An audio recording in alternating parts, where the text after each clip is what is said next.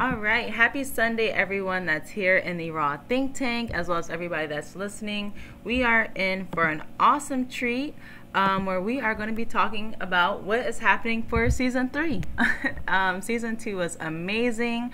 I did just share a survey. So as you guys know, one of the things we've been talking about within our think tanks is, again, having the entire community a part of planning our roadmaps and what's in store for coming up next. So if you guys were to look in the updates section, I did kind of purge the Discord a bit. I didn't really delete too many channels, but I did change things around where it should be a little easier for people to follow. So let me know your feedback as you guys kind of check out those updates. But if you go under our info section, you'll see updates, and there is a link there. So if you're like anti-Google Forms, okay, that's fine. But this Google form I did create, and I can assure you it's perfectly safe. So if you do click on that link, it has 5 questions that just really ask, and I'll show it just for the sake of this video recording. But when you click on the link, you'll see the questions are very straightforward. It is, what was the highlight of the season for you? What did the Raw DAO do well this season? You can note multiple things. What could we have done better this season? Again, can note multiple things. What would you like to see the Raw DAO do next season? It can be anything like new tools you think we should use, new procedures, organizational things that you would like to see us implement, events that you would like to see us have, anything that you think would be great to add into our roadmap or just into our structure as a DAO as we continue to move forward. And then last question, most importantly, do you plan to be active in the Raw community during this next season? I know a lot of people only kind of pop up for certain events or certain things. So of course, just answer these questions honestly, because this is what's going to help us as we are planning for the next season. So that's first and foremost, answering that survey. And this is something that we want to continue to do every single season. Of course, we can advance that questionnaire as we like, but again, I like to make things digestible. Right now, you know, as a DAO, people do not get paid for their time in the traditional manner. So I try to make things not too time consuming, because time is valuable and I value people's time, and I want them to, when they think about Raw, not think of it as, you know, another job that they are putting so much into and you know, trying to get something back like that in return. So that's just where I wanted to start with our end of season survey. Again, that's what's going to help us figuring out our roadmap for Q3. And let me see. So did anybody have any questions, thoughts, or concerns about the end of season survey, or any of the ideas that they'd like to share about what they did like about season 2 or would like to see us implementing in season 3? If not, the surveys are anonymous, so feel free to let it all out. Okay, I don't see anybody unmuting. Perfect. So moving right on. Oh, Havo, go ahead. I did see you unmute. No, it's okay. It's just, I just wanted to say it's okay. You know, I got there for the surveys. So right. Perfect. Okay, great. So then moving right along, then just in continuous preparation, because we have 1 week. So if you guys are like, wait, season 3, what is season 3?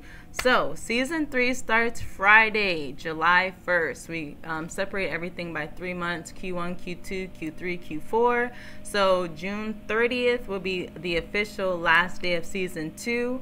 Although we have had our last seasonal event, so we've basically wrapped it up.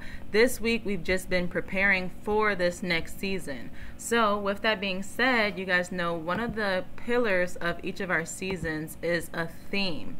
And it was really great because we had actually had a Twitter space on Friday, and some of the things that people were saying is, instead of organizing their like fashion collections by season, they're kind of trying to do things a little different so that it would be like always in season kind of thing if you look at it from the seasonal like fashion view.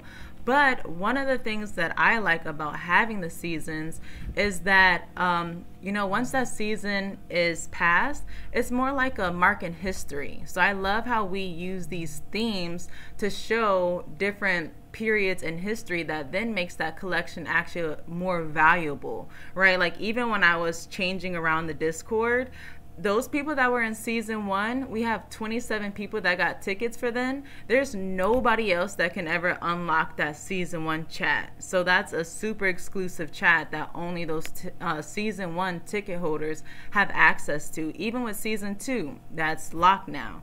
We had 69 people that bought tickets. Only 18 of them came into the Discord and selected the link. So those are some of those metrics that I've kind of been looking at to see how we are getting people to get all the way involved. Because again, when we measure like our growth, that's what we're looking for. How many people see what we're doing, and not only join the Discord, but want to actually get involved and put in the work, because that's what we're all about. It's everybody putting in to help grow the ecosystem. So that was some interesting metrics as well. Again, but after that, you can't join that. What's up, Vlad? I was just going to say, but just because they bought a season to come to the show, we want everybody going to the show, not just people that are going to come in and do this. I mean, we want to be driving people through there, because that's what supports everybody that does put in the work, that you get through traffic to come through and see all the displays. So that's not necessarily a negative.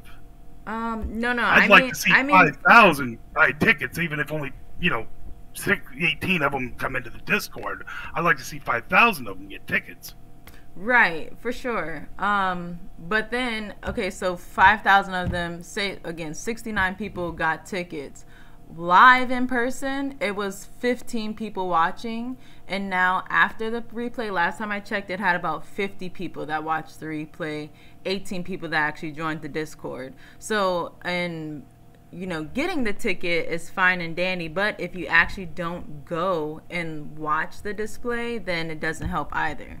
So that's again why we just kind of push follow through. Like even for season 1, we were charging for those tickets, because we're like, if you buy your ticket, then you're gonna show up, because like you said, that's the important part. Like we want people to actually show up. And I know also for the actual in-person fashion show, we have a lot more optimizing to do. So people did try to be present, but we're still learning ourselves on how we can even make that possible for everyone to actually be able to go in and enjoy it as well.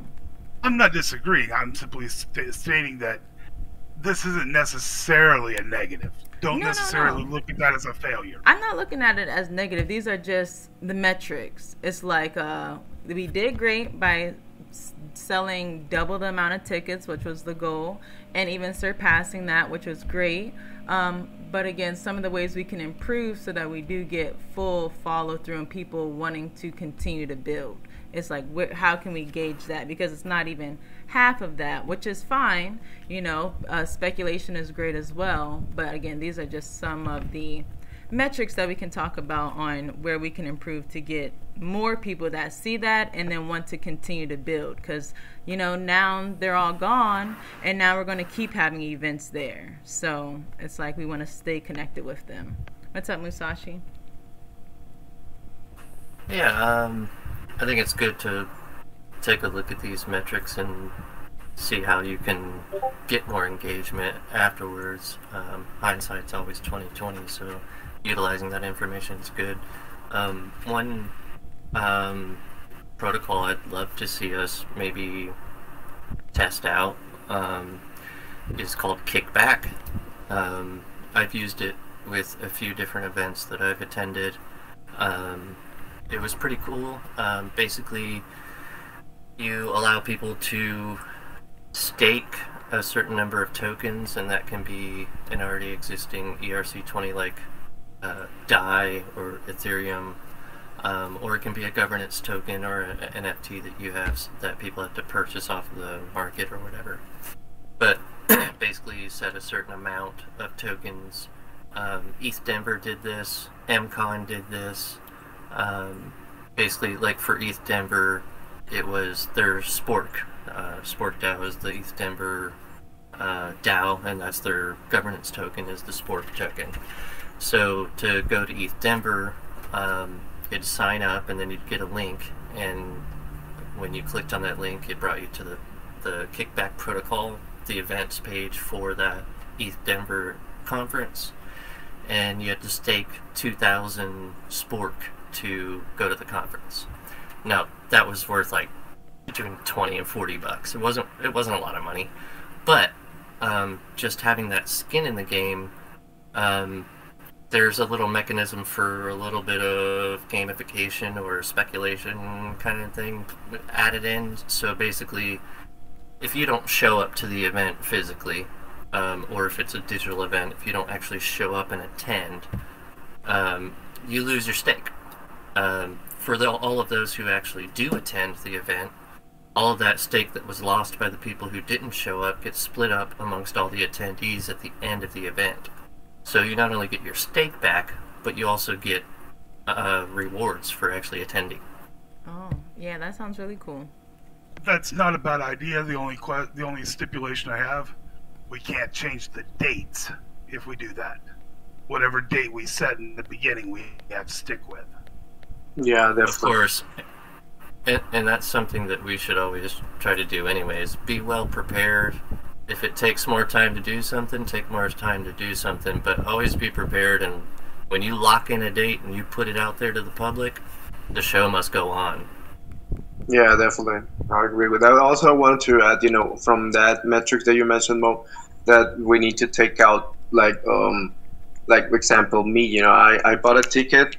I got a ticket, but I just went to Neo to attend to Neo the night before because I couldn't attend the day. It was the Friday. I couldn't because I didn't have that computer for using no more. Yeah. So maybe and a lot of people maybe just got the ticket but didn't even actually download the Neos, and maybe just got the Neos and got stuck in making the avatar because it was kind of complicated if you didn't understand kind of well the how the platform works. And the second thing is like it took like 2 or 3 times to load the whole environment. Mm-hmm. So maybe I was talking with some guys that they wanted to enter there, and they got disappointed because they thought it didn't work because their computer didn't run it. But I told them, like, you need to run it like 2 or 3 times, bro, until it uploaded totally, and then you're gonna be started navigating in there. So there's also some other factors that we need to take in consideration to those metrics as well. I don't see it like a bad thing, because maybe it just got not the tendency that we were looking for, but we need to take be filtering out those kind of things to really know how much effective it was, because I really think it was really effective. Mm-hmm. No, I definitely agree, and I definitely don't mean any of this in a bad way. I think we did really great, especially looking back now at the YouTube link for MetaFest 2 for our fashion show. It's gone up to 62 views. So again, we sold 69 tickets. So it's like, there's a pretty good chance that everybody did go back and watch that, which is great. And again, these are just the ways that we can look at that to see, like how we can improve, right? So like we said, having more time to prepare the audience on how to get involved. There were a lot of things that we wanted to do beforehand, like have dress rehearsals and try to really get the community that wanted to be in there. But we learned that we had to do a lot of other stuff first before we could even do that, which came down to like optimizing, right? And that just came from learning about how to co-create. We were all in there adding things in there, and every single day we were learning on how we could get better, even up until the last day, making it still as best as we could so that those that can join. So they were all definitely great lessons learned, and we're going to keep adding to those so that we can keep having events in metaverse, and they keep getting better and better and be easier for everyone. Even after that show, you know, I've been talking with a lot of the builders that are in Neos, and just, you know, seeing how we can super optimize it so that, again, anybody can go in at any time and it not have those issues. But even those issues were great feedback, you know, like, oh, this is what we have to do so that we can do exactly what we're trying to do. You know, we would like a lot of people to be in there at once, but how can we actually get that to happen? By, you know, breaking stuff first, as Musashi would say, is how we actually start to find these questions and problems, and now can kind of fix that solution. Now, of course, being more prepared in the beginning, as we've all talked about, will definitely help, you know, curve a lot of those learning curves. But all lessons, and I think we did definitely have put on a great show still. Again, every time I check, you know, I just said, oh, last time I checked it was at 50, now it's at 60. So just still being able to share and show people this fashion show. The replay was amazing. It was me, Iana, and Bogey, but it was still a great show. And one thing I also like about that replay is it embodies something that I continue to mention, which is, it's not necessarily that we even want everybody to go into the Neos metaverse when we have events happening, but more so want people also watching the Twitch stream and watching the YouTube stream while it's happening. So like, say for example, while this fashion show was happening, it was me, Iana, and Bogey, and Iana's a designer. So imagine if instead we had all the designers in there, and then it's like, oh, if you want to watch the fashion show, you just watch it on Twitch, but now it's like almost like a TV show, right? And that's kind of the pace that we're moving into here now anyways, where it's, we can have events in the metaverse and it's exclusive for who can be present when the event is live streaming, and then open it up to anybody then being able to kind of explore after. And kind of gauge, you know, incentives like that, you know, because people, you almost will get that celebrity effect if we really do it right. And then, you know, you'll be coveted to want to be one of those people that can be on live stream at that time. Yeah, that's definitely something that we need to take on with the podcast and the transmissions for it. And yeah, I wanted to add from what you're saying about the seasons, that maybe it will be a good thing that we kind of adopt the system or the way that the defined spaces are taken by Kaimo, you know, on the define the gen space site, sorry, because she makes it like the seasons makes it like so for well like a course where you're getting, you know, different subjects, and you need to go along through the subjects to get like well, the checking that you took the whole course. So we can maybe, you know, give it the idea for the seasons that they're more educational, that it will go along with the raw idea, and we can make the seasons with the subjects and maybe copying what she's doing there, and given the outlook of the words like courses that you will go there and learn. You know, with season 2, yes, we have people that learn how to build things in Neos, how to apply those, and a lot of things that we are making as well. You know, you can go along with the spaces, you know, how they get done. So we can even give it that educational area, yes, and not be just season. Because the season is a whole course take, and you can learn something from it, and we will be taking different. Like this one will be more dedicated for podcasting, streaming, mm-hmm, and some other things as I see. So you will get the whole season educational to be on that area. So you will have how to build your display in the metaverse, how to make it, maybe even some marketing for it, and the season 3 will be how to transmit that to the people, and we can go along for different season and have the whole subject diluted from there, you know? Yes, Havo, I am 100% with you, and that's exactly something I was going to mention as well. Season 1, that's exactly how we had it structured, when it was just like intro to Web3. You know, even our Twitter spaces, they were very like, you know, one after the other. They made sense on how, you know, you're going to keep learning and keep growing.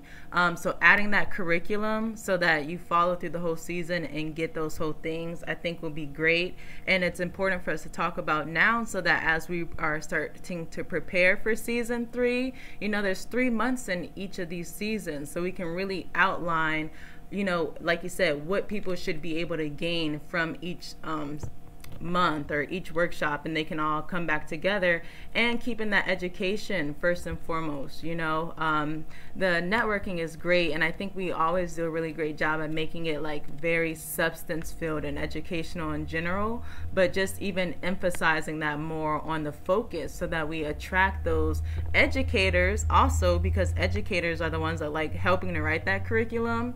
You know, I do write curriculums for my child, and but you know, those real professors, we do have real professors here in our Discord that I know would, you know, be open to helping write real effective curriculums in this space. I think would be great. So I 1000% agree and think that's a great point that you made. I also wanted to add about the display, the season 2 that we worked on. Maybe we should have like an outstanding, you know, or statement that for making the stand, it should be just more, not having a lot of things. Like Iana and Uncle Closet built one amazing one, but it was so heavy that you know even just look at it, it was difficult, you know, to be for the streaming. So maybe just for make it more friendly and more easy the way for the people that getting there, we can make this pre-design or pre-idea of how to build your stand, so you don't get a lot of, you know, so much memory for it, so it doesn't take too much, you know, so it can improve the experience. Yeah, something with that we've decided to do moving forward is because it worked really well at the end when we started to do like a one-on-one session with the designers. Like Musashi went in there and met one-on-one with each designer, so they can really see like how to import things and can really get an understanding on how that affects everyone. So moving forward, that's exactly what we're going to continue to do. If any designers are added into there, they'll have to go through, you know, a building session with the builders to make sure they understand how to import, and then also you know, again, like you said, more limiting of what is possible. You know, even towards the end, it became, you know, only import one video and maybe, you know, 5 pictures or something like that, where we started to set limits on what was able to be imported and not. And again, this one was very experimental with seeing what we could actually do. But also, again, that's why I keep saying that word optimizing, because that's something I myself am learning, but also learned that a lot of other designers are learning as well, because they're creating this digital fashion.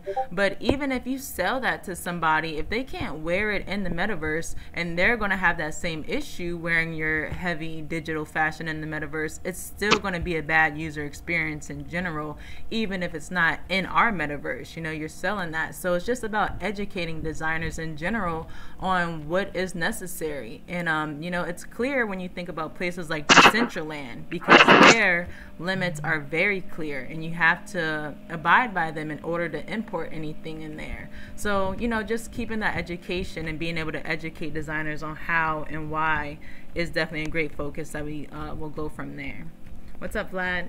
You have to remember that some of these memory issues we're having right now and some of these capacity issues we're having right now in 18 months aren't going to matter, because the technology of the systems are going to surpass the limits we're at right now. The computer improvements are moving fast enough that as people update their systems as they normally would, in 2 years, 18 months, these are no longer going to be an issue. So these are temporary things we have to deal with. Granted, right now, they're damn important. I'm not trying to take away from that.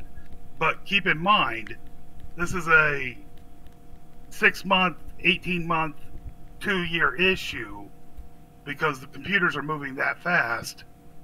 The new systems coming out won't have this problem. Right. Yep. And so, again, that's why we're now, just by focusing on how we can optimize so that it doesn't look good if we disregard it and then everything crashes and then it creates a bad experience though for people. So just figuring out how we can, you know, do it now in the best way. Agreed. You know, and that's why I always all I'm saying is keep in mind, before we lock things into concrete or steel, keep in mind that when we're talking to people, we're explaining to them, hey, look, this is a growing system. for now, you must do this, Right.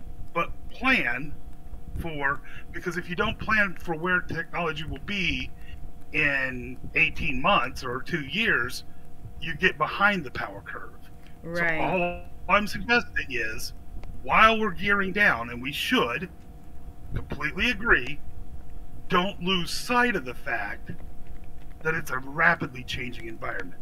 Yes. That's all. And on that note, that's why I always say education, because that's what's going to make us stamped in producing content that's going to grow with that time as well, right? Like Vlad said, right now, this is what we have to do because this is what you have to do. And understanding in the future, things are going to be changing. But as long as we're educating about what's coming in the future as well, that's what's going to make our education valuable as well. Because even when it comes to like digital fashion, one of those reasons why I always tell people, like, I like fashion, yes, because that's like something I'm passionate about. Sure, it's a craft of mine, sure. But understanding also the future, the goal is for everybody to be creating their own digital fashion, just like we create our own digital avatars. So building a whole concept that you're going to be like the, you know, Gucci of digital fashion, it's far-fetched when you understand the future and how everybody's going to be able to design their own stuff. So it's like more, that's why, you know, understanding the concepts of open source and even, you know, CC0, where it's like you can create the basics that then empower other people to then create on top of that, and just so much more on, again, how we can just create education that's going to be what withstands time, which helps people now, which helps people in 2 years, which helps people in 5, 10 years, and makes us, you know, these pillars that we're trying to be in this area, because it is going to always be changing. But if we keep education and telling people that, you know, what's happening now and what's happening in the future, then we'll always be in the right place. So great points there, guys. And let's see.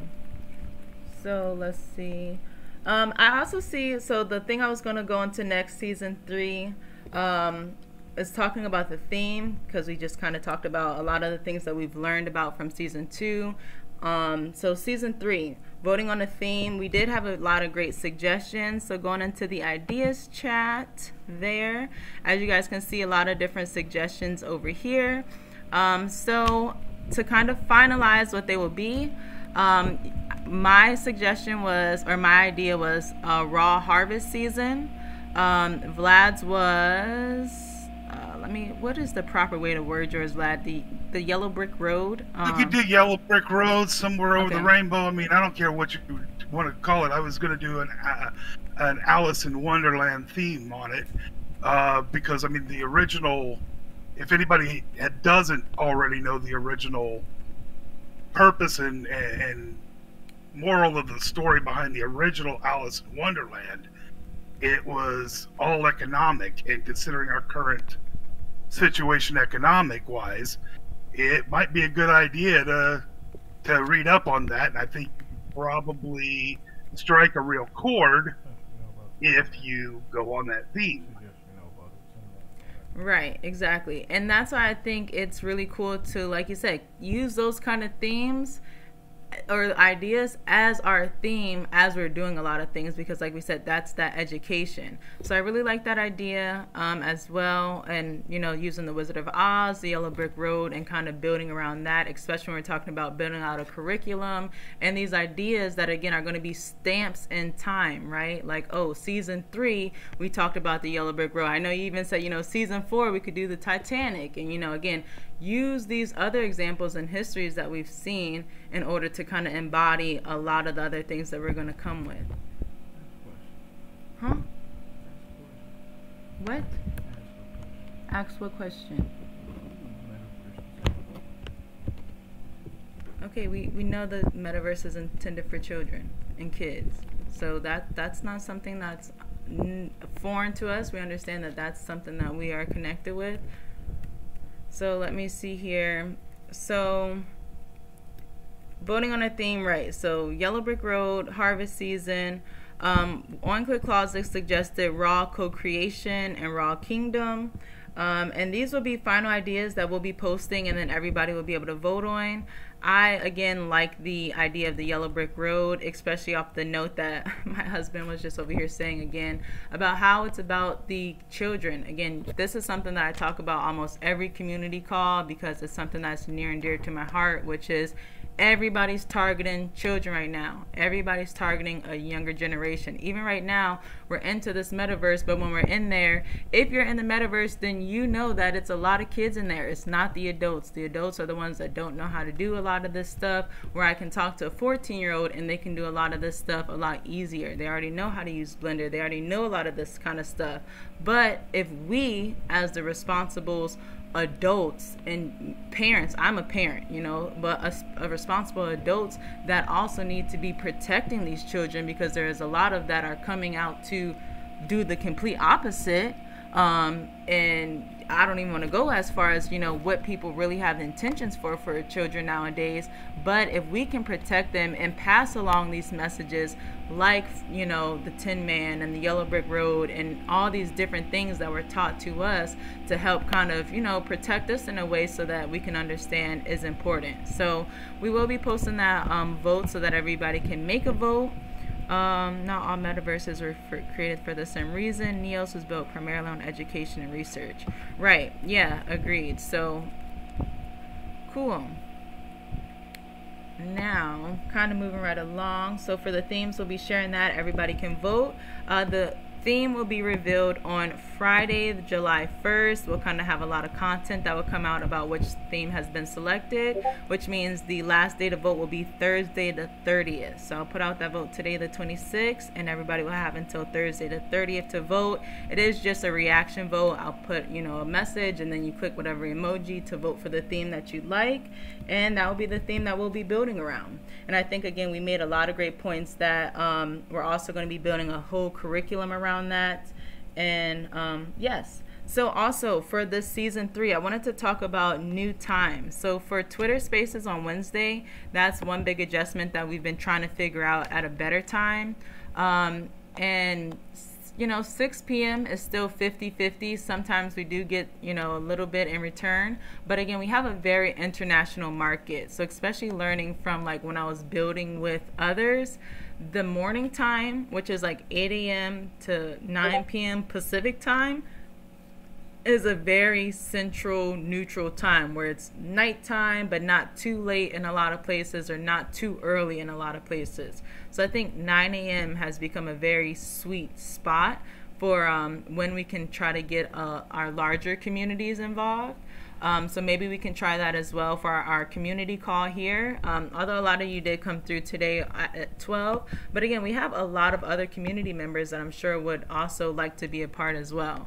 So what do you guys think about moving our times to 9 a.m. Pacific time instead of 12? So like 3 hours earlier for our community call. Yeah, I think it's a great idea because, as you mentioned, it has a lot of more audience in that hours, and it's like very neutral time for everyone. So yes, I think for having more audience, it will be great. Okay, Musashi, I seen you unmuted as well.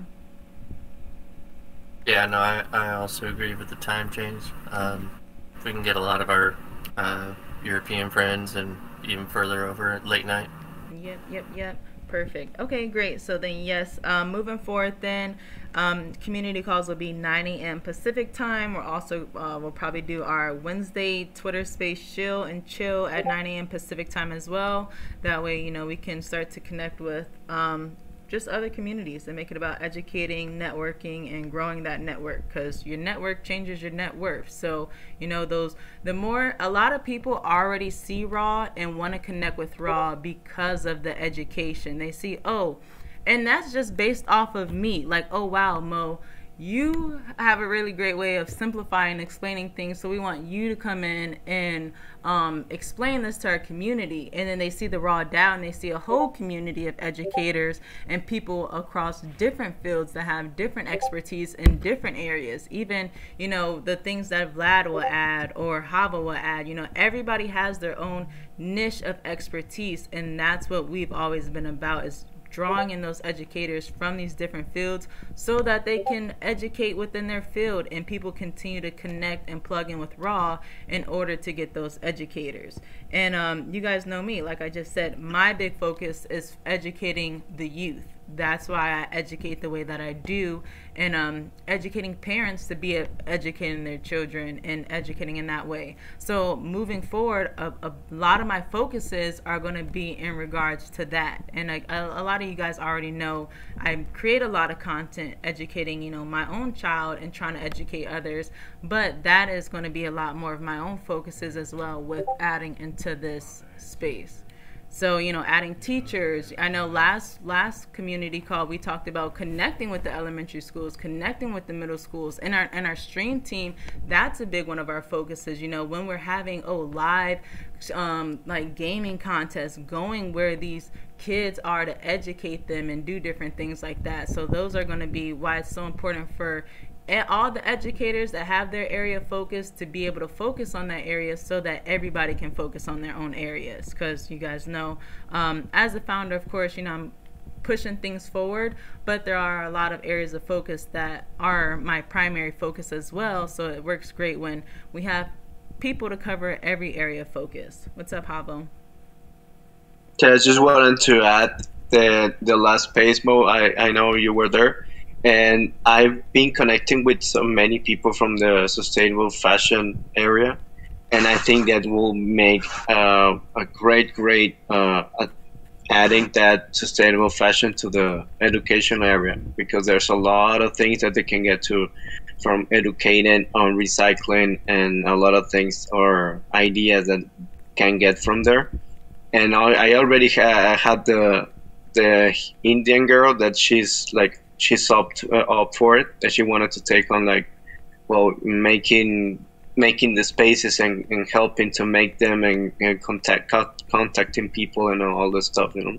Perfect. So then, yeah, and that's what we'll be doing this season, is really organizing our educators and organizing our educational efforts and organizing, like we said, that curriculum. So I'm really excited, Havo, that that's something that you have been thinking as well, especially since you have always been one of those people that, you know, have these ideas and then start connecting with others, like you said, that want to actually take action, with connecting with the university and connecting with, you know, the educators that want to go out and host these spaces, which is what's going to help the most. So we would definitely continue to talk about what that organization looks like. You know, Hava, I know you and I had kind of even talked about putting like a package together with like, oh, if you want to host like a Raw workshop, we'll give you like, oh, here's the tools that you need to be able to host that, when we can have the educators that are speaking different languages, and, you know, maybe even it comes with a projector, and we talk about, you know, again, just offering the whole, anybody be able to plug in and have a Raw workshop with some of our leaders, kind of thing.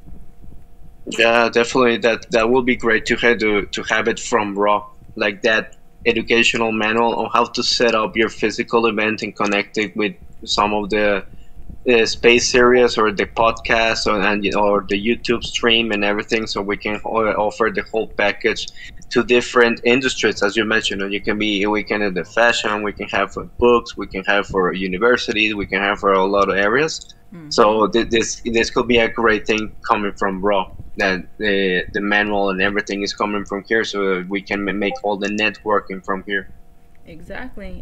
And we get our curriculum down, then again, that's what's going to make it even easier to be able to go into a school and say, hey, we want to, you know, do this presentation, and then it comes with, you know, this curriculum after that. Again, we'll even be able to say, you know, students will be able to gain this understanding about what's coming and how to protect themselves and prepare and be a part and those kind of things. So, you know, bringing it all together is what's really going to be amazing.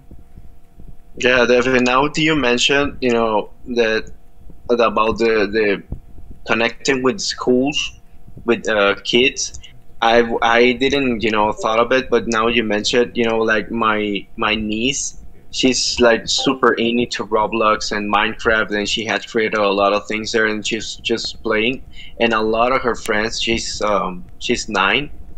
And a lot of her friends, they're also, you know, making things on Roblox and playing there. So now that you say that, it will be a great great idea to offer that to the schools, because there's a lot of things that you can monetize from Roblox and from Minecraft, and so they can understand that they're actually creating something, so you can guide them well, because as we know, that's the next generation of creators that we're going to be taking on, so those youngsters know, so we need to be connecting with them. That's great.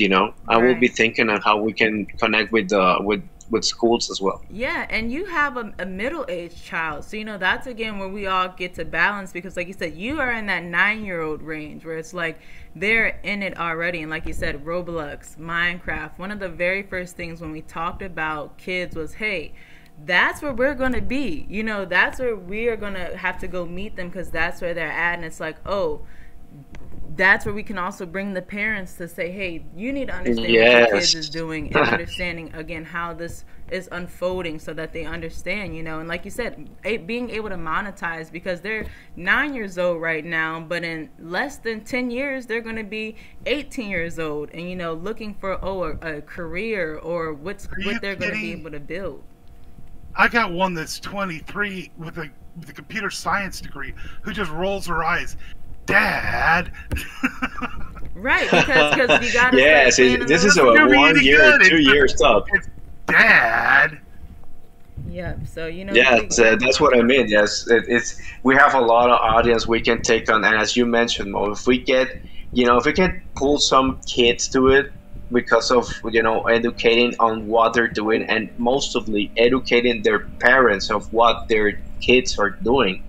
We can onboard many people that we can even make it more easily monetize, because the kids will pull in their parents, and the parents will understand what they're doing. Like my brother didn't understand what my niece was doing on Roblox and Minecraft. She's doing some amazing things in Minecraft. Yeah, I kind of understand the game, and she has figure out some things to have, continuously creating things with creating blocks and creating a lot of things that you need to be understanding how the game is taking place and how it's developed. So this is like step 2 or 3 for developing. So this is a great way of understanding the game and having a further, longer down the road, maybe creating their own games or their own experiences there.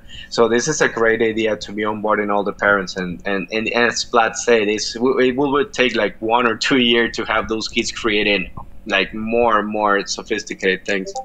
Right, and then you hit it on the nail on the head, which is the monetizing, right? Because none of us want to be in here just doing a lot of things, and not seeing, us our work being valued, right? We want to figure out how to not only monetize that for ourselves, but for those that are participating, showing kids how they can monetize that, because think about it. When we used to always tell kids, oh, you're playing video games, what's that going to do? And now how it's already started to shift, and it's like, oh, if you were playing that NBA 2K, they got the NBA 2K that's about to take over the real NBA, so again, showing them like, oh no, this is serious, and you can really monetize and build a future with it. That's going to be different, and we can all monetize that. Well, no, there's that. There's even the fact that, well, this doesn't happen for free. I mean, at some point, we're going to want to move Neos off of your computer, where you have to be there in order for any of us to do anything, or for people to run through it to do whatever. And we're going to want to run it onto a cloud server, and that costs money. Yeah, exactly. It's not free. Exactly. So, I mean, there's going to have to come a point where there's a paying structure for this, or it's never going to work. And that is the next kind of point that I wanted to get to. Sorry, go ahead, Musashi. Mullet Digital we've already been testing out headless servers, and we think we've come up with a way where we can run a headless server on a cloud server for no cost. Yeah, that would be cool. Yeah, that's great. Super great. Yeah. But again, even like how Vlad said, again, we want to be able to monetize this. Again, even it was funny. I remember Vlad was like, "Oh yeah, I've been doing this for like 2 months. I need to see some type of return." And I'm over here like, Man, I don't even want to talk about how long I've been doing this kind of thing, and I know my time is just, chump change to some other people's time as well. So, but again, all right, I'm a salesman. I'm used to getting paid for what I do. Yeah, Vlad, and trust me, that's my husband as well. So it's like I get that pressure because it's like I have a lot of other responsibilities. So because I'm pouring into Raw, it also needs to make sense because I also study economics, and if it doesn't make sense, then it doesn't make a lot of sense. So with that, like you said, just monetizing and how we can do that. So one of the simplest ways I was thinking about how we can make that shift is we've got this metaverse. We've been saying, oh, we want to have events in here. One of the very first things, again, we said was, oh, the reason why we have these different groups, our strategists, our engineers, our builders, is because when people come in, they can also plug into those resources. So we can offer a whole package like, hey, there are so many podcasts, so many educational. Everybody has a podcast now. Everybody's on YouTube or on whatever they're streaming at, having educational workshops on Udemy, on all these different platforms. And if we offer to say, hey, you can come and stream that. 5% better. Simple as that. Yes, exactly. Raw makes their platform 5% better because we will stream it in our thing. And not only that, but we'll have, strategists, right, that sit there and will make the content to advertise, hey, we have this going on. We have the viewership that will get people to be able to partake in it and gamify it, right? Because, again, we're going to be in that Neos metaverse or whatever metaverse we're in that just will, again, make whatever they're doing better, get them a little bit of more viewership. So but that also costs because even like for myself right now, I've been the one that goes in there and will stream, but again, I set limits on when I am present and when I'm not present here, and I don't kind of get into things until the evening, but my intention was never even to be fully immersed in the metaverse all day, every day kind of thing. So when I am, I want it to be of substance and of value as well. And when offering to others, be able to offer the same. So a simple solution, again, I was thinking is think about a TV station. If you have a TV on, a show on TV, you're going to end up paying for it. Or advertisement on TV, you're going to end up paying for it. So charging for people to kind of stream on ours and then be able to take that. And then, say we were to do something as simple as like, cheapest slot you can have is maybe $5. $5 you pay and you will stream maybe 30 minutes of whatever YouTube you got going on. And $2 of that will go to that streamer, because we'll have a whole stream team, which are also going to be maybe youth, maybe adults, whoever is on that stream team, but $2 for that person streaming that, and then $3, to the treasury or something like that, so that, again, we can open up, yes, we want you to come and spend time in here streaming this, but you'll also get paid for that. So then it's like, now we also open up this window on when we talked about those jobs that's available, because no, we don't have no liquidity coin. No, we don't have no, I know Vlad kind of, again, another example that Vlad mentions is when you share an idea and we build it and you get 1% back. No, that's not how the Raw DAO operates. It's more on if you complete a job and there's a dollar amount that we receive because of that job, then we divide those profits amongst each other based on who put in what work for that job right there, and that's always clear before then. And we did that for the initial raw workshop, which was great, and we want to continue to create avenues that we can continue to do that. And again, people are willing to pay to advertise and promote their things. So if we offer this full service on being able to be that and do that, that's how we can all then do that as well. So I think that would be a great solution to kind of get started, because putting it out there to say, hey, we can advertise and put all your shows in the metaverse, that again takes time, because that means somebody has to be in there streaming and somebody has to be in there doing it, and those people should be paid for that time. Go ahead, Howard. Yeah, definitely.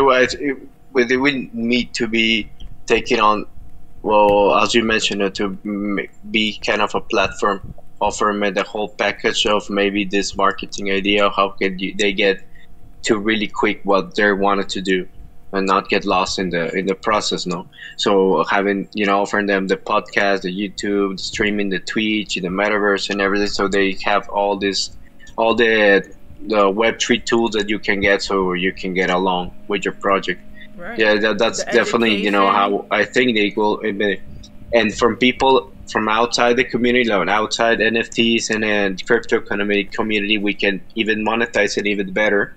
I think, you know, because if someone wants to get in here, because their kids are doing it, it will be more accessible for them, more easy for them to think that they're gonna put some money, like $2 or $3 or 5 or 10, I don't know, some small amount into their education for their kids, you know, for they really understand what they're doing and can monetize, and they get back something from it. So yes, you know, that's what I was thinking as well. Yes. Yep. Yep. And I'm definitely open to anybody's idea on You how they see are- that. Go ahead, Vlad. Sorry. You're gonna need to incorporate somewhere outside the U.S. What do you mean with that? Well, it's not gonna that's not gonna fit the U.S. Minimum wage standards at all. So you're gonna have to incorporate somewhere outside the United States. Oh, you mean for for paying the Right. people? When you try, Like when you the offer wait- to pay somebody, especially if you're doing it on a time basis, because Yeah. you're going to stay on a job and you're going to give them a block of time. Okay. Trust me, you're going to run afoul of minimum wage laws immediately. So you're going to have to come up with a different way to do that. But yeah, that minimum wage will become if you're like registered into the, like, I don't know what. I understand what you're saying. I'm not disagreeing that there's a way around it. I'm just saying that if you do that, No, I Whatever- completely get it. whatever you Because if you're offering a job or you're offering a pay for it, you need to be by the wage standards that there is. You know, I totally get it. But wherever you try to incorporate, or if unless you're going to not incorporate, but then you're going to run into, then you're going to run into, well, who are you, and how where are you Yeah. going with this? And I'm not yeah, saying you it's- need I'm to saying it's establish not yourself. doable. Yeah.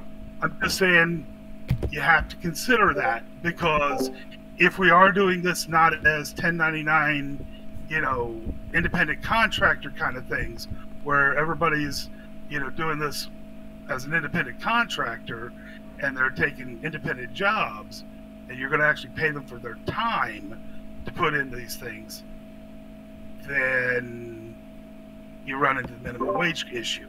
If you're saying, hey, you're just getting paid to do, contracts, then maybe you can get by with it, because then they're accepting contracts.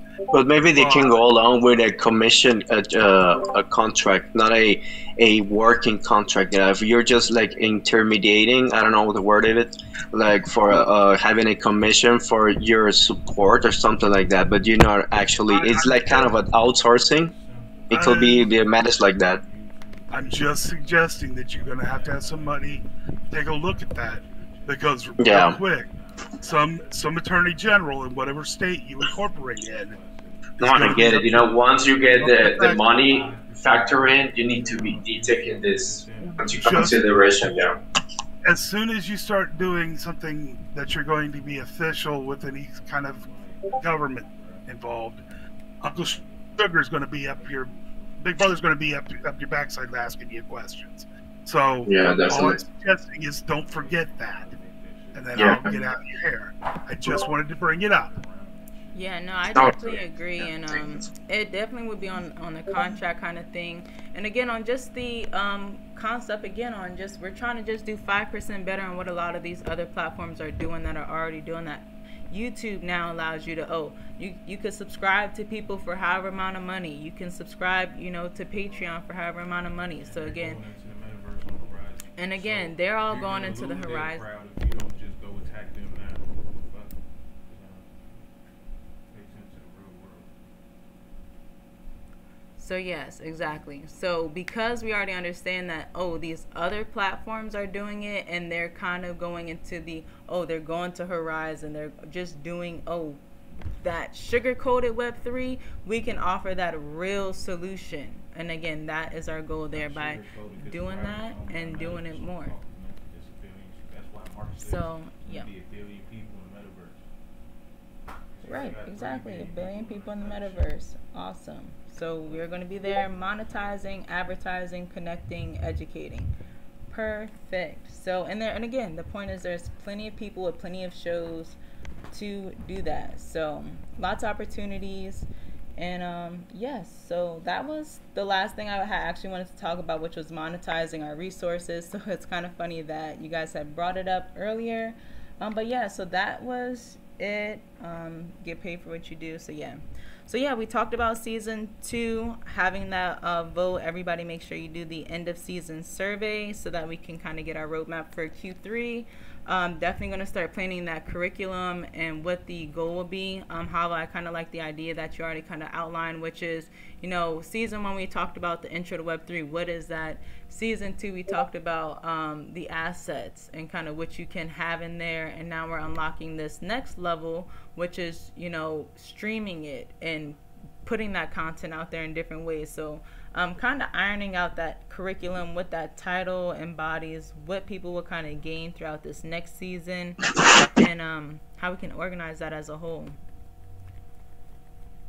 I just wanted to mention, Mo, that the way it's getting, molding here, I think it's perfect for what we talked about a while back ago, from creating the Raw University and having the different NFTs for different courses that you will be taking on. So you pay for the course and you can, buy or exchange it for another course, so we can make a commission out of it. And you can get, commissions for rocks, only from the interaction and people wanting to learn the different courses and creating metaverse, the streaming, fashion creation, or gaming and stuff like that. So I think it's perfectly on, aligning for the idea of the Raw University as well.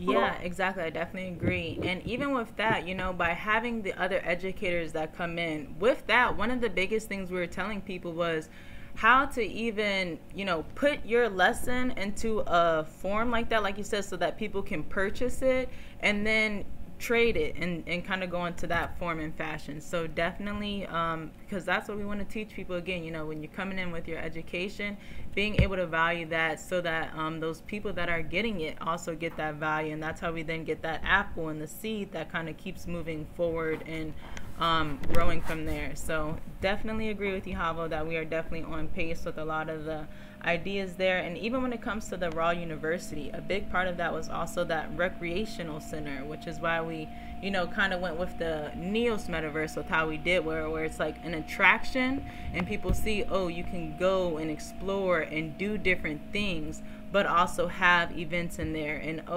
again, things that we understand that our younger population that we are attracting will want to be a part of as well, but also their parents, like you said, Hava, want to invest in that because they know that their kids are in here and getting education still as well, and it makes sense for them to be investing that time in there. So I think by bringing it just all full circle this season with a lot of the ways that we're going to structure it so that moving forward there's a very clear base on that value layer, the education layer, how people can add to that value, how people will continue to grow in this space is just the goal this season, is to make sure that's super clear and super organized. So I know we've talked about a few things. Some of the things we'll be doing is like Wonderverse.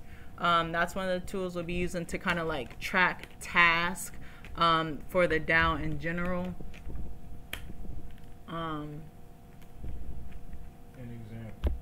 Tiny's a garden, right? Right. Tiny has a display.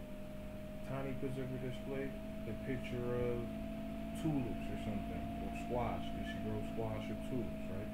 Person clicks that. The click takes them up to the YouTube video or Tiny's Patreon of her. Yeah, we definitely need to get on the Wonderverse tool so we can get network, and it will be more easy with those. Yeah, sorry, I didn't know you guys couldn't hear him. So basically, again, just making the educational, like this, like when we're talking about optimizing and bringing the education full circle, it's like, say for example, how like Tiny, right? Tiny is a gardener. So she has tulips, right? So say she has tulips in her metaverse display. And all the way she's recording videos and content. She So she's making content, right, from soil to seed. That's what she already does. That's what a lot of people do. So, but Tiny, for example, who has her display in there, she has the content on how she grew this tulip from seed to soil.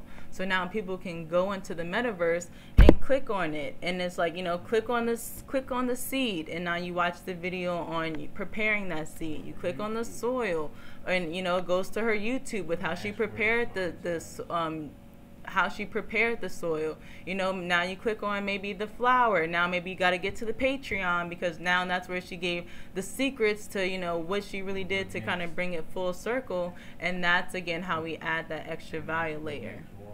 And that's what makes Raw cool. Two people in the whole world that wants to grow tulips, and instead of them commenting on a YouTube section, they're now both in the Raw metaverse talking and displaying and speaking like, oh dang, you grow tulips, I grow tulips, or this is how I grow tulips. Right, exactly. And that's how it works. All that other shit is sloppy. And so exactly, and that's how it just makes that whole community grow. You guys know we have that whole garden section. One person talks about gardening, everybody kind of starts, oh, I grow this, I grow that, and then it's like, imagine now we're all in the metaverse, and it's like, now you're growing this, I'm growing this, and we're all in this metaverse actually talking. Yeah, that's a great idea to incorporate it. That's super cool. Yes, we can go attack all the people that are on Instagram and all this shit that grow independently. And then that allows us, right, exactly. And so that's how, again, that makes Raw awesome, because it's like we have this skeleton. We always talk about actually building that skeleton, where it's like we can then take this whole package. You guys know we talk about packaging these ideas, and can go take it to the people on Instagram that's doing this, take it to the people on YouTube that's doing this, and show, hey, you're doing that, or even the locals, you know, you're doing that, and here's how you can bring it to Raw to make it a little better, where you're going to go and connect with those other growers. You're going to be able to connect with the people looking for this education. And then that's in the garden building, say if it's Raw University, in your agriculture building, people to garden, that's where your advertisement money comes. Right. People have to pay. Exactly. Like, if you want people to see your picture or your display over the next person, it costs money. Right. Just like in a mall. If you want to be the Macy's or big department store in the mall, then you kick out the most money. If not, you're just a little booth in the middle of the walkway. Exactly. And that's how we're going to be able to bring it full circle with advertising, even the people that just are in there. Again, this is how we're going to be able to make it clear, especially because again, when we talk about educating, we all know that this new layer of the internet is not free. A lot of times, you know, it's open source and this, that, and the third, but these new internets, you have to connect your wallet, you know, if it's true Web3, and there's transactional fees. Even if it's super cheap, there is still some type of transactional fees. So just understanding that we're trying to put ourselves in that position on, you know, teaching people that, and being able to also get your value out of that as well, is how you come out. And that's how that aligns. There's a reason why Facebook keeps showing the way they're about to be teaching people on how the new form of education is going to be. If you look at the meta thing, kids aren't going to be going to school in 10, 15 years from now. They're going to be put on an Oculus or whatever type of headwear device, and they're going to be virtually be able to learn that way. So you got to be creating it just like that with the concept. When y'all talking about you want to be ahead of the program, you want to be able to have that same thing going on. That's why Facebook keeps showing you commercials of how they plan on doing it. Right, exactly. Just like that. And that's why, like Havo said, we are exactly in line with that education. So very excited about everything that we have planned and going on. You can onboard mechanics. You can onboard all type of people. Right. Virtually, like, oh, this how you do hands-on.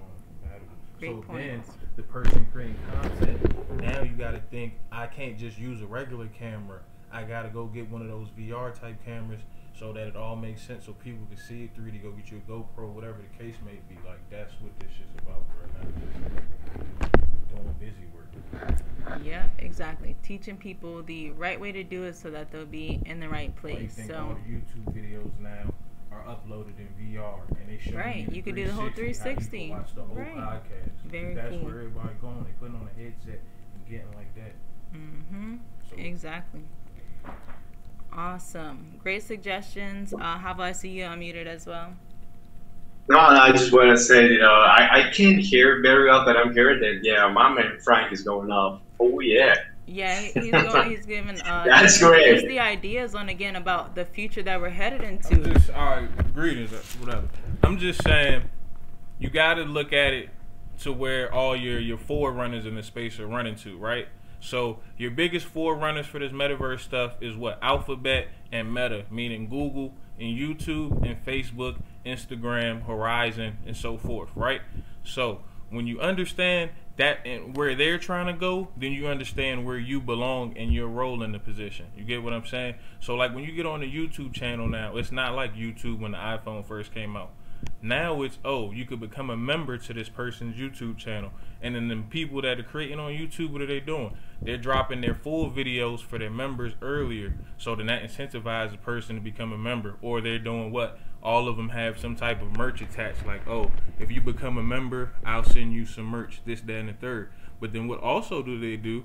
The bigger platforms is they're recording with those VR cameras now. Where it's like, you could watch the video from all angles, whatever your favorite YouTube show is. So it's like if you're trying to attract content creators to your platform or this platform, you need to be finding those that understand that and be like, all right, let's get what you're doing, but record it in VR so then we can bring it into our metaverse. So that now when people click your display in the raw world or whatever the case may be, they can also see it 360. So when you're saying, oh, I just planted a bunch of pumpkins, they're not just seeing a regular video you planting pumpkins. They could turn around and look at the sun, they could look at the grass, they could get the whole vibe, because that's where everything is going in this world. It's going to that in 3D printing.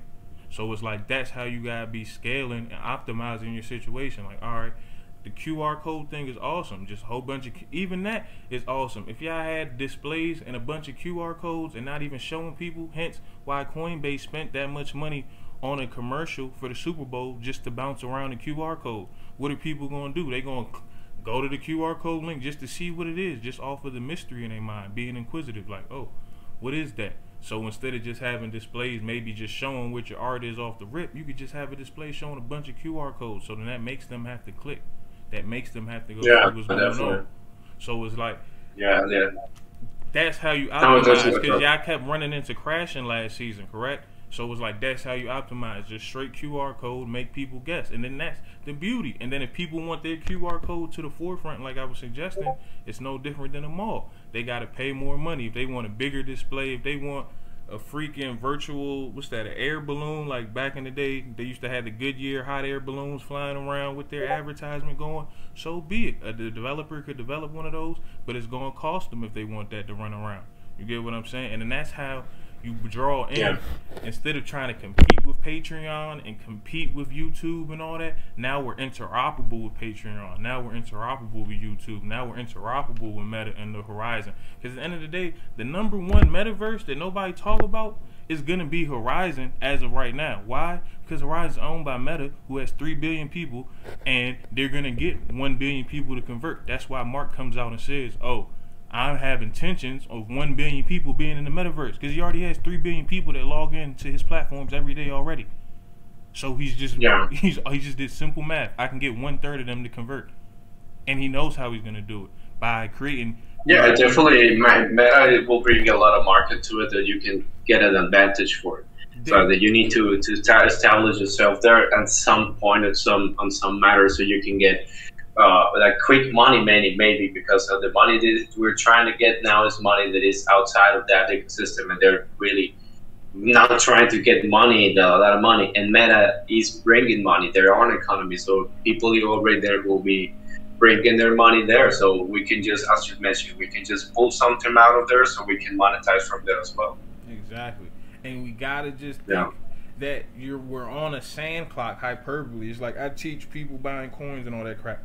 But even that's a sand clock. You gotta understand, the Meta is already, they already know where they're going with this stuff, bro. This is just all adoption right here. They already know where they're going with all this stuff. So it's like they already have 3 billion customers already. That's half the world's population already, and people don't convert. So it's like we gotta understand, if we're trying to get into that lane, it's about going to where they are trying to be, not being behind them. You get what I'm saying? Because if you be behind them, you're not gonna catch up. Because all it takes for them is one Yeah. update. All it takes for them is one update, one update, one update. Now you see they're allowing people to have the avatars be the facial, their profile picture on Instagram and stuff like that, or how the Meta store is rolling out. So it's like the faster they roll out, people aren't gonna leave the Meta store to go anywhere if it's right there just because of the convenience. Yeah, I don't know if there's what will be a way if you can, announce your products there, but it will be a very, how can we explain, a very huge gate for monetizing and for getting more people that are willing to be making, putting money into it. So definitely it should be, something that we need to take on and maybe have something, approach with them. But because obviously, their fees are too high. So there's pros and cons, but I would totally understand what you mean of there being the big players, there being the one that will be bringing the adoption and bringing the real money into floating. So it's like you need to be in there. If you want to get wet, you need to be in the river.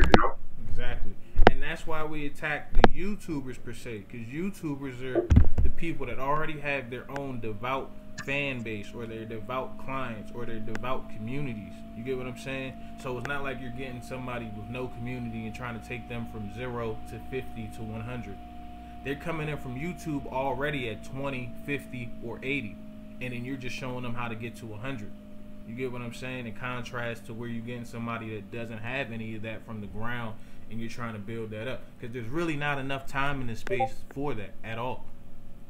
Mm-hmm. And just like you said, it's not even so much, going to be a part of that Facebook ecosystem, but being ahead of it, like you said, being, we understand that education is going into the metaverse, jobs are going to the metaverse, right. Being right there already, so that that's people do have another option that don't want to go and be a part of that ecosystem. We have that, you can have your own thing going on and plug in, and then at the end of the day, if we do it well enough, you already know they'll come buy us out. And that was one of the first things we had already talked about, people come in and we build up a well enough ecosystem. That's how you get that Elon Musk effect of why somebody would be willing to pay $42 billion for a network that you build because you've already got it all right there.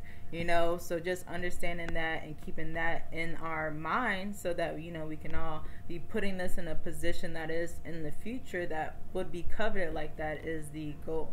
So great points there. Thank you. Hava, I see. Yeah, definitely. As well.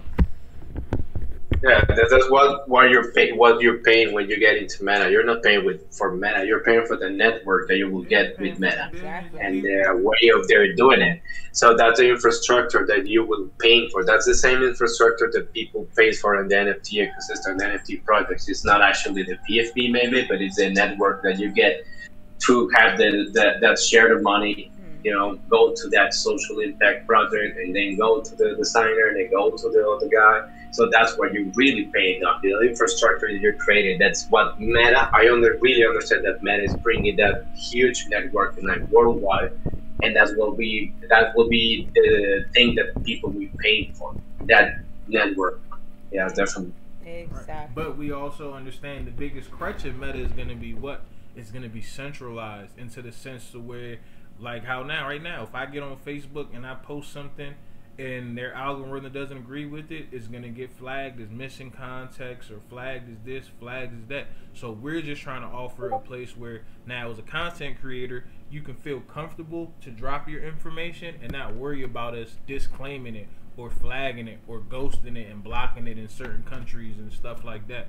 That's where you beat Meta. And that's how Meta then falls. You get what I'm saying? That's the whole purpose of the DeFi part of it, or the decentralized part of this. Right. So it's like that's our niche. That's what makes us get somebody to be like, all right, I don't care about posting on Meta as much, or I'm not going, or how they get their clients like, all right, they could post their Meta friendly stuff on their Meta platforms. Would be like, if you really want to see what I'm talking about or what is going on, go to the Rawverse. You get what I'm saying? And then that's going to create a whole bunch of different type of enemies and people trying to take down the network and all that, but it's still worth doing it because that's where the lane is. You get what I'm saying? It's whomsoever speeds off in that lane first is going to win. That's why Trump, before he left, he started what? That Truth app. because all that shit is attached to some shit like what I'm just saying. And that's furthermore, like, you got to be able to see where you can take a void and make it better. Not just doing what you're trying to do or what you want to do, but seeing where the void is and what the market actually needs and requires of people. Yeah, definitely. Exactly. Thanks for it. Yeah, great points. And you guys see that that's my better half. That's the co-founder as well. So you know, I'm the face of the founder, but that is another one of the founders here of the Raw DAO. Even when it comes to like the name, you know, a lot of the things that you guys see me putting out, you know, it's us actually over here brainstorming, and then I'm just here present because you know, he likes to stay more in the back. But at this time, you know, like last season, y'all did cool. Y'all had the fashion joint first, and then y'all had this last season. Cool. So you got examples. So now, and then we have YouTube videos. So now it's like, oh, if you're talking to somebody that you know has a podcast or this, then the third, you have an example. Yeah, you have material already. Yeah, you have an example to show them, but we don't have to waste another season mimicking that. You get what I'm saying? Now it's like, nah, we gotta go attract the creators. You get what I'm saying? And get them to understand. So by the end of the season, we can be like, all right, now we got the creators. Now let's go get the consumers in the fourth quarter. So then when we come into next year, it's like, all right, boom. By the end of Q1 next year, we're planning to launch on Horizon. Now we're just saying where we're going to be launching at. Like, oh, we're going to be on Horizon by the end of that. Oh, boom, we're going to be on the Decentraland by the end of Q2. By the end of Q3, we're going to be here. And then that's where A16Z and all your capitalists and your investment firms now see where people are going. The light in the tunnel is now bright. Yeah. Nice. Yeah, exactly. And so, you know, again, just keeping these kind of things in the mind, because again, you know, we want not only ourselves to, you know, seem as valuable, but this community to be valuable, because again, we've always understood the more that our community grows, then the more we all then can grow with it. So you know, again, these are those serious conversations that you guys know I'm never afraid to have, because they need to be had so that we can make sure we are on the right track and doing things that make sense. And you guys know I'm always to say, if it doesn't make sense, we don't need to be doing it. So let's talk about these real conversations, talk about these real solutions, and start building real things that are going to provide real value for the world in the future. So great. Just like say this summer, not to cut her off again, but like say this summer, like right now, ideally, say if we would have scaled a little better, like but we had to do our trial and error, whatever. Saying it's summertime right now, most kids are out of school, so it's like ideally, the number one thing is tutorship, right, or tutors and stuff like that. The kids or parents that actually care about their kids' future got their kids involved in some type of enrichment programs. So it's like finding those content creators. Like I remember our kid, he goes on like Udemy, and he goes on Outschool. My fault. It was my Outschool, and Outschool has a whole bunch of teachers who offer $5 classes to learn the piano, $10 classes to do arts and crafts and this, that, and the third. But that is just conventional. You plug up the Zoom and you watch her or him teach you how to play the keyboard from there. In contrast, we could be like, all right, we can scale up, or we can scale Outschool 5% better to where it's like they could do that from the metaverse, because those classes aren't typically big. Like the biggest class our kids been in is like 5 kids. You feel me? So it's not like it's going to require so much data and so much this, that, and the third, but it just changes the experience that, oh, the kids get to create a digital avatar, they get to be in class talking to each other, and then they still also get to learn how to play the keyboard. Yep. Since we can already broadcast the video live anyway.